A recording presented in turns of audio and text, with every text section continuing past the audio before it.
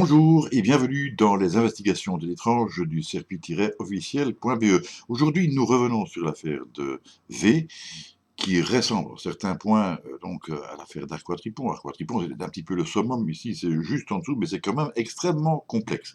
Avant d'aller plus loin dans toutes nos explications, il va justement falloir que je vous signale quelques points importants pour une bonne compréhension de ce qui va suivre. Alors tout d'abord, la présentation qui suit est un atelier, donc c'est une préparation, une répétition informelle qui est réalisée entre nous, avec la collaboration de l'équipe de Ripless, qui est donc un ensemble d'enquêteurs qui travaillent généralement dans l'urbex, l'exploration urbaine. Autrement dit, ils visitent des lieux abandonnés, des maisons, des bâtiments, des usines, un petit peu toutes sortes de choses, mais pas vraiment dans l'optique de l'étude, de l'investigation des phénomènes bizarroïdes, mais plutôt, je dirais, par curiosité ou bien pour la beauté des images. Et généralement, ils s'en sortent très bien, ils font un travail remarquable. Vous avez certaines vidéos de Ripless qui sont d'ailleurs splendides. Je vous invite à les consulter. Mais en l'occurrence, les explorateurs de Ripless ne sont pas des investigateurs du circuit. Il va donc falloir faire une période d'apprentissage et de présentation du phénomène de poltergeist, ce qui permettra de faire une pierre deux coups dans le cas présent. Alors vous allez remarquer dans cette vidéo, comme dans la vidéo précédente d'ailleurs, qu'on insiste beaucoup sur l'aspect psychologique et émotionnel. C'est que nous, au moment de la réalisation de cette vidéo, nous avons déjà tout compris, nous avons déjà procédé à l'investigation et nous avons même déjà la conclusion et la solution. Mais nous allons devoir le présenter aux requérants afin qu'ils comprennent de A jusqu'à Z comment tout cela fonctionne, et ils n'ont pas seulement besoin d'explications, ils ont également besoin de solutions. Et puisque nous savons que l'aspect émotionnel joue un rôle primordial, nous devons intervenir dès le départ sur le plan psychologique. Les gens vont regarder cette conférence accompagnée d'un diaporama, mais il va falloir agir de telle manière à pouvoir les calmer, les apaiser. C'est absolument essentiel. C'est un ensemble de petits procédés qui peuvent paraître négligeables au départ, mais qui font partie d'un tout dans lequel on commence d'ailleurs par leur dégager tout le domaine du surnaturel. Donc on sait déjà qu'il n'est plus question de démons, de succubes, d'incubes, de sorciers. Toute cette clique est à éliminer d'office. C'est également très important sur le plan psychologique, puisque le cas échéant, le serpi ne pratiquant pas ni d'exorcisme ni de rituel de désenvoûtement, aurait dû déléguer ce genre de problème à d'autres instances, et quelque part, c'était un petit peu nous avouer incapables de résoudre leurs problèmes. Ça n'aurait fait que renforcer leur côté émotionnel, bien entendu. Mais ce n'est évidemment pas tout, parce qu'il va falloir aussi que l'ensemble de nos explications s'inscrivent dans un tout cohérent qui permette donc aux requérants de pouvoir adhérer à notre développement et à vous de comprendre. Parce qu'en fait, tout est explicable rationnellement et même scientifiquement, à condition, bien entendu, de disposer des bonnes clés. Et pour trouver les clés en question, toute l'expérience du CERPI s'avère être absolument nécessaire. Maintenant, si vous êtes prêts, si vous avez apprêté les pop-corn, les sodas et tout ce qui s'ensuit, eh bien, on y va, on commence le débat. Nous en revenons donc à l'affaire de V, et vous remarquez justement que dans le cadre de la thérapie que nous avions envisagée, on parle maintenant de l'affaire de V, alors qu'avant on parlait de l'incroyable affaire de V, et que encore précédemment on a parlé de l'effroyable affaire de V. Donc il y a une progression, on dédramatise progressivement l'affaire, et vous avez remarqué aussi peut-être, toujours si vous êtes attentif, que le fond, de noir qu'il était au début, est passé au gris foncé pour arriver maintenant à un gris clair, simplement donc pour un effet psychologique. On parle d'une affaire de poltergeist. Poltergeist, c'est un mot allemand dont la signification est à peu près esprit frappeur. On peut également l'appeler esprit bruyant, ce qui revient grosso modo au même, ou encore esprit espiègle ou esprit taquin. Alors, un esprit. Le problème dans ce mot poltergeist, c'est que dans chaque itération, on retrouve le mot esprit. Je dis esprit frappeur, esprit bruyant, esprit bon, vous avez compris. Ce mot esprit provient notamment de l'ignorance des premiers témoins, les enquêteurs qui au début ne savaient pas ce que c'était. Donc on a évoqué la possibilité du surnaturel en pensant que c'était un esprit dans le sens d'un fantôme ou de quelque chose de l'au-delà. C'était à tort. Pour des raisons faciles à comprendre, ce phénomène est encore mal connu et controversé. Bon, la science a beaucoup de mal avec les poltergeists, notamment parce qu'il y a un problème d'énergie. Et pourtant, nous allons voir au cours de cet exposé qu'il est parfaitement explicable de manière scientifique. Quant à mettre tout cela en adéquation par des équations, c'est le cas de le dire, ce sera une autre paire de manches, mais une chose à la fois. Alors, dans la traduction du mot poltergeist, on retrouve donc bien le mot esprit, geist. Ce n'est pas dans ce sens-là qu'il faut l'entendre, mais dans celui plutôt de l'esprit humain, donc de ce qui émane de notre cerveau, le cerveau de l'homme, et non pas d'un démon ou de quoi que ce soit émanant du surnaturel. Un poltergeist, ce n'est jamais ça. Ça, c'était important à signaler devant nos requérants qui pouvaient s'imaginer des tas de choses découlant du surnaturel. Ce n'est jamais ce genre de bazar, c'est jamais un monstre effrayant qui apparaît comme ça et qui terrorise. Ça, c'est bon pour le cinéma hollywoodien. Un poltergeist, ce n'est pas ça. Un poltergeist, ce n'est jamais ça, on l'a démontré tout à l'heure en parlant de possession démoniaque. Ça n'a rien à voir. Il faut se méfier, bien entendu, de tout ce qui est exagération du cinéma. Et il y a eu le film Poltergeist qui a eu beaucoup de succès à l'écran. Un poltergeist, ce n'est pas ça non plus. Le cinéma prétend et raconte bien souvent n'importe quoi, simplement dans un esprit lucratif, pour le caractère sensationnel, évidemment. Ce n'est jamais ça, et par contre, il y a quand même quelque chose d'intéressant dans cette petite animation. On aura l'occasion d'en reparler plus loin.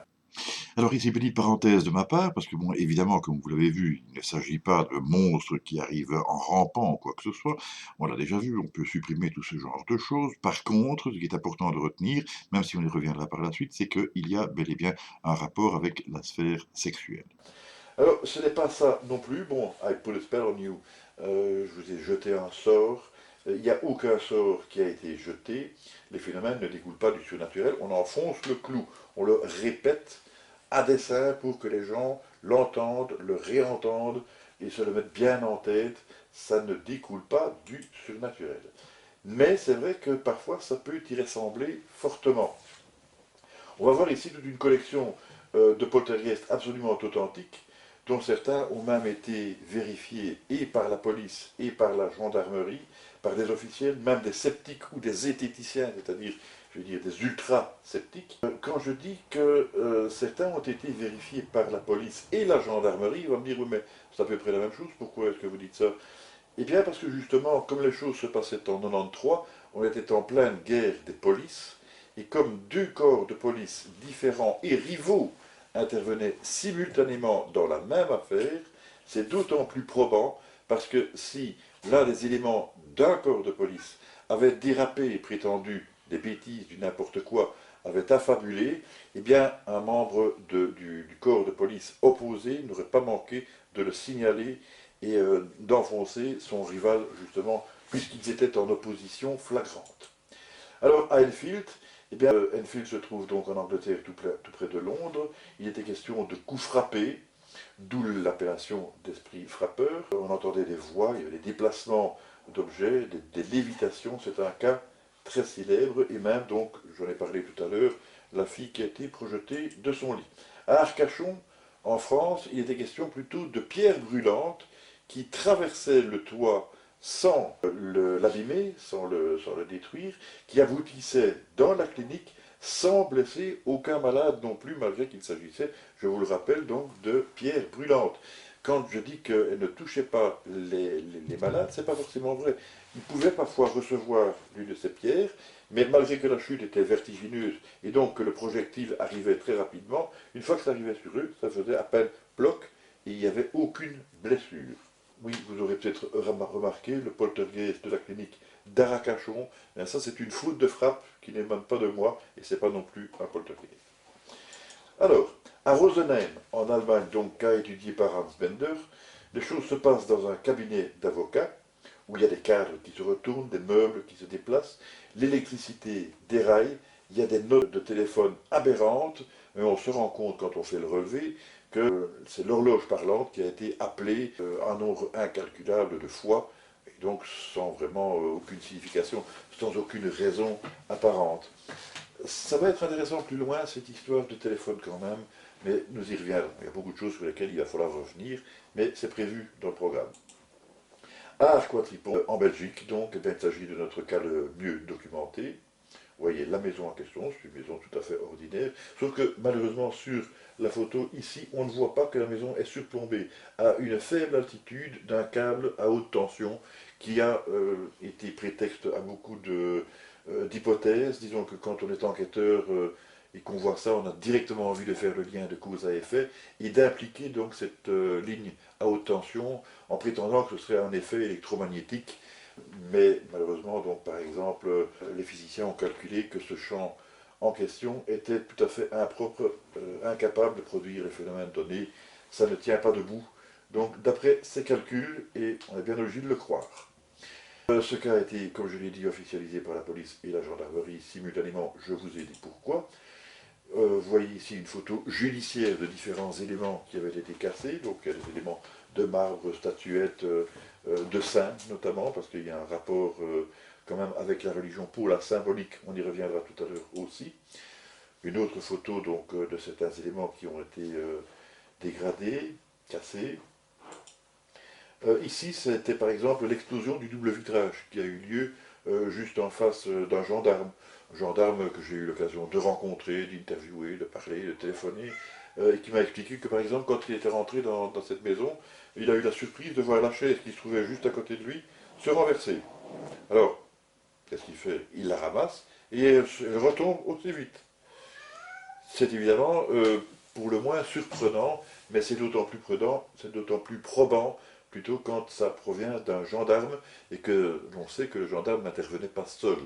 Ils étaient à plusieurs, par la suite ils ont d'ailleurs appelé des renforts. Voici l'exemple d'un meuble lourd qui a été culbuté, donc ce ne sont pas seulement des objets de petite taille ou de masse peu importante qui sont concernés, mais également des meubles lourds. Ici, c'est le fameux cas du lit qui a été troué, plus la lévitation du matelas. Au niveau de la lévitation du matelas, il faut signaler quand même que ça avait été filmé par des gendarmes, que la vidéo a été transmise au parquet du procureur du roi, lequel a fait un blackout là-dessus, c'est-à-dire que donc il n'était pas question pour quelque enquêteur que ce soit d'avoir accès à cette vidéo. Et pourtant, nous, au CERPI, nous y sommes arrivés, mais ça c'est toute une autre histoire que je développe dans le livre que j'ai écrit sur le poltergeist d'Arcois-Tripon, Vérité, scandale et des informations, histoire de placer le produit. Voilà, c'est une photo judiciaire et une certaine chaîne de télévision a prétendu que ce lit n'avait jamais été troué. Je vous laisse le juge. Apparemment, moi je vois bien un trou là-dedans, et même si je suis assez corpulent, à la rigueur je pourrais y passer. Maëlys y arriverait sans aucun problème. Pour moi c'est bien un trou qui apparaît dans ce lit. Alors, des déplacements d'objets, la lampe de chevet qui dévale les escaliers juste après l'inspection d'un gendarme qui est allé à l'étage pour voir qu'en fait il n'y avait personne. On a bien sûr dans ce cas-là aussi évoqué les démons, il y a aussi eu l'intervention d'un évêque gallican. Ici, bon, c'est un article qui est basé sur une rédaction donc néerlandophone, où l'on voit encore une fois que le lit, c'est plus troué qu'il a été, c'était criblé, détruit complètement. C'est plus un trou, c'est plusieurs. Hein. Oui, il y en a deux, hein. Deux immenses trous qui ont été colmatés avec les moyens du bord. Et la Vierge, il a été question de Vierge de la Sainte Vierge dans l'histoire, parce que l'épicentre présumé de l'affaire d'Arcois-Tripon recevait, paraissait-il, des communications télépathiques de la Vierge. Alors tout ça paraît très abracadabrant, mais on verra par la suite ce qu'il convient d'en penser. Donc l'épicentre supposé de l'affaire, vous le voyez ici, donc c'est Éric Barbet en compagnie de l'évêque gallican, qui était en l'occurrence Monseigneur Patrick Meurant. Des déplacements, eh bien, on va voir cette petite animation avec par exemple le pot au lait. Ben, le pot au lait, qu'est-ce qui lui est arrivé? Eh bien, donc figurez-vous que les gens dans la maison d'Arcois-Tripon reçoivent des gendarmes, des policiers, ils ont envahi la maison, il y en a dans tous les coins, ils vont voir dans tous les emplacements, dans toutes les pièces possibles, il n'y a pas moyen de trouver un trucage, une supercherie ou quoi que ce soit. Arrive un moment, évidemment, où la maîtresse de maison propose de servir une tasse de café.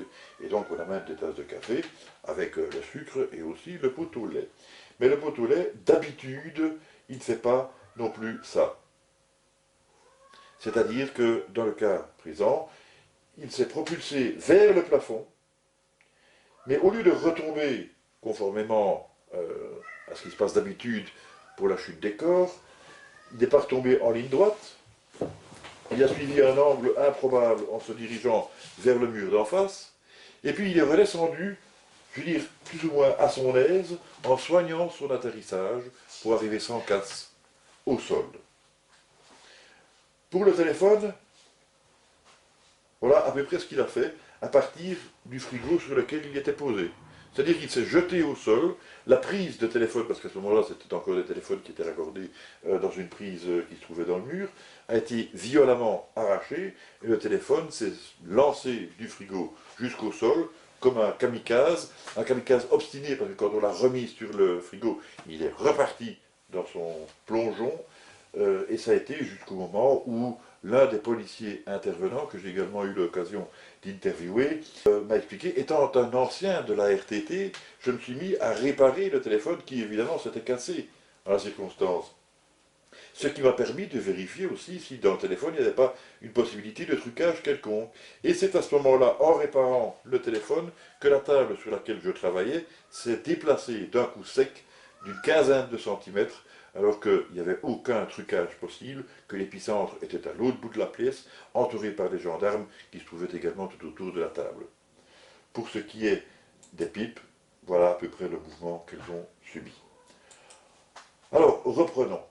Les poltergeists existent donc depuis la nuit des temps, on en a parlé tout à l'heure avec Suétone par exemple.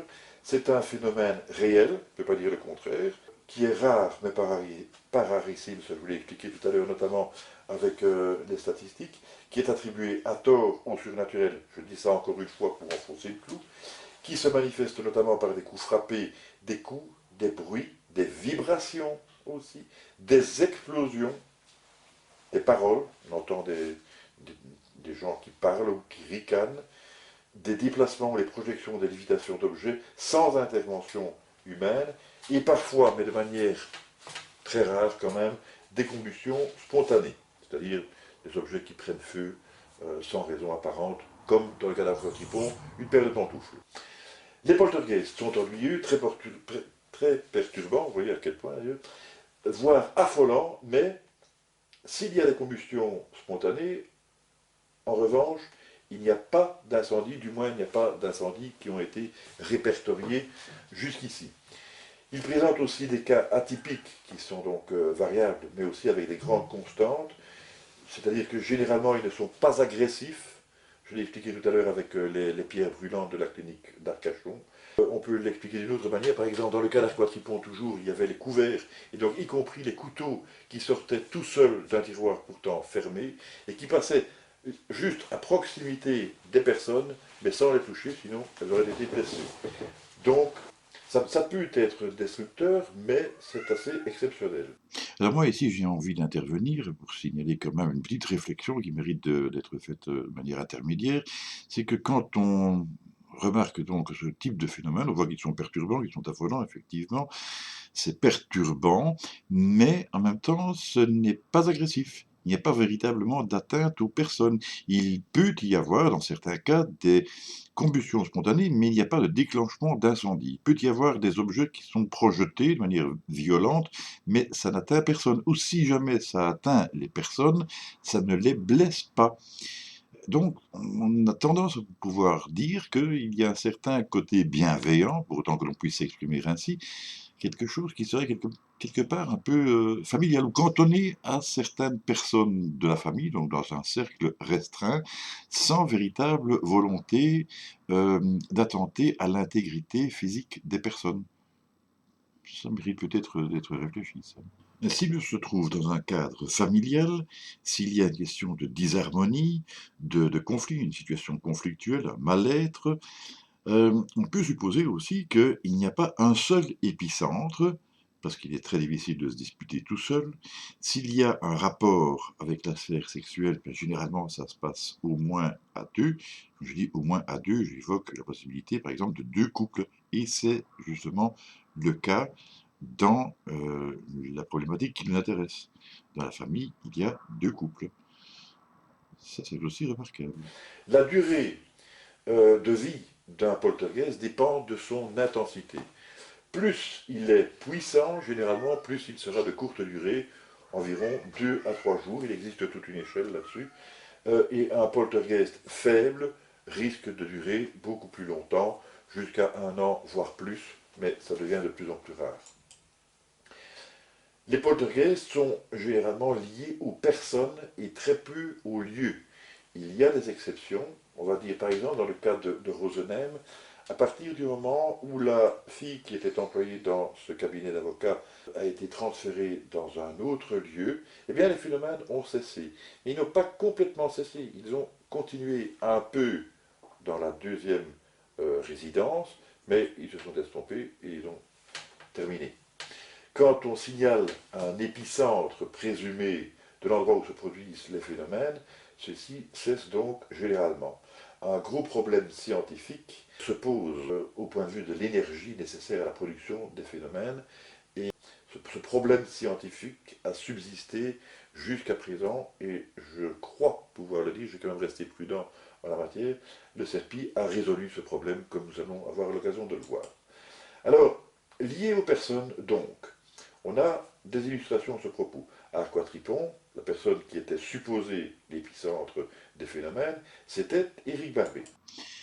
Éric Barbet qui rencontrait des problèmes avec sa fiancée Nathalie, mais aussi avec ses parents adoptifs qui l'hébergeaient, et même avec ses parents tout court. À Rosenheim, c'était Anne-Marie Schabel, donc la jeune fille dont je viens de vous parler. Une jeune fille qui rencontrait grosso modo le même type de problème relationnel.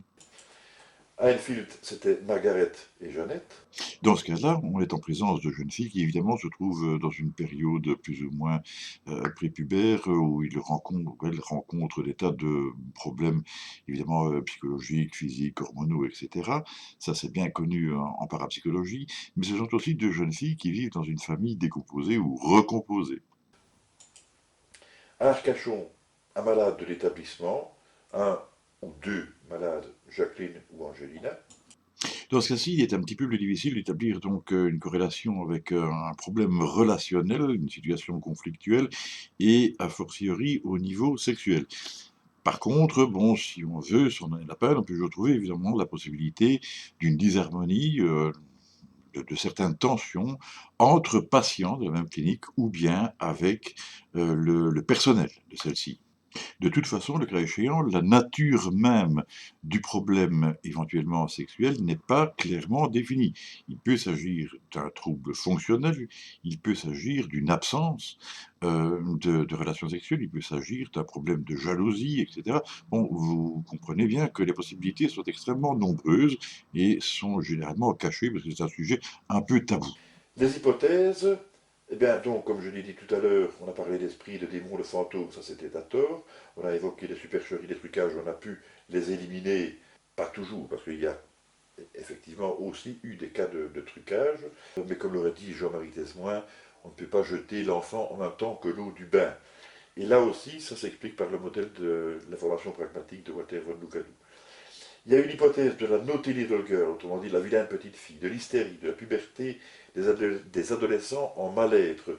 Et là, dans le cas présent, ce qui est surtout important de retenir, c'est la notion de mal-être. Bien entendu, la psychanalyse a utilisé des mots savants pour ramener sur le problème sur le domaine de la sexualité, pas complètement à tort d'ailleurs, comme on va pouvoir le voir également. Bon, tout ceci est insuffisant, malgré tout c'est intéressant parce qu'on en sait un petit peu plus sur les poltergeists. Jusqu'ici, on peut donc dire que la théorie communément admise, c'était la psychokinèse récurrente spontanée, c'est-à-dire en fait la faculté de l'esprit humain, rappelons-le encore, d'agir à distance sur la matière. Esprit humain qui devait être confronté à un mal-être généralement profond, mais pouvant se situer malgré tout à certains niveaux, un mal-être qui engendre, pour utiliser le phénomène savant qui a été utilisé par Jung notamment, c'est le phénomène catalytique d'extériorisation, et ça, c'est très intéressant. Alors, nous allons le voir. Un extrait ici d'une communication entre Jung et Freud à propos du phénomène catalytique d'extériorisation. Les images dans quelques instants. On n'en a plus. Ne pensez surtout pas que je sois étoile d'esprit. Je n'ai absolument aucune objection à ce que vous étudiez la télépathie ou la parapsychologie, si le cœur vous en dit. Mais je tiens à souligner le fait que notre secteur est à ce point pris d'assaut qu'il ne peut qu'être dangereux de dériver vers un quelconque mysticisme. Vous voyez, nous devons nous cantonner dans les limites imposées par la rigueur scientifique. Vous allez bien? Oui, mais je ne suis pas d'accord avec vous. Pourquoi doit-on s'imposer une limite arbitraire et exclure des domaines entiers de notre étude? Précisément parce que notre monde est plein d'ennemis, à l'affût de la moindre occasion de nous discréditer. Et dès le moment où ils nous verront abandonner les fondements solides de la théorie sexuelle pour nous vautrer dans la mare boueuse de la superstition, ils nous mettront en pièces.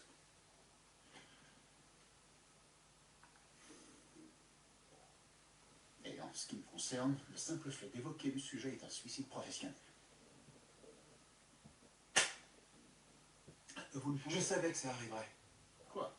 J'ai pressenti que quelque chose du genre se produirait. Il y a eu une sorte de brûlure dans mon ventre. Mais qu'est-ce que vous me dites là? C'est le chauffage. Le bois de la bibliothèque vient de craquer. Voilà Non, tout. c'est ce qui s'appelle un phénomène catalytique d'extériorisation. Un quoi? Un phénomène catalytique d'extériorisation. Ne soyez pas ridicule. Mon diaphragme était comme un fer brûlant. Je sais qu'il n'est Mais pas. ce n'est pas tout. Ça va se reproduire. Mais quoi? Dans une minute, je sais que ça se produira à nouveau. Mon cher et jeune ami, c'est exactement ce que je m'évertue à vous dire. Et promettez-moi de... Vous voyez? Ce n'est que... Oh, dites-moi que vous n'êtes Il pas existe sérieux. tellement de mystères, tellement de choses à découvrir. Je vous en prie, on doit faire très attention. On ne peut pas se permettre de s'égarer dans ce genre de zone spéculative. La télépathie, des bibliothèques chantantes, des licornes qui s'envolent dans le ciel, ça suffit.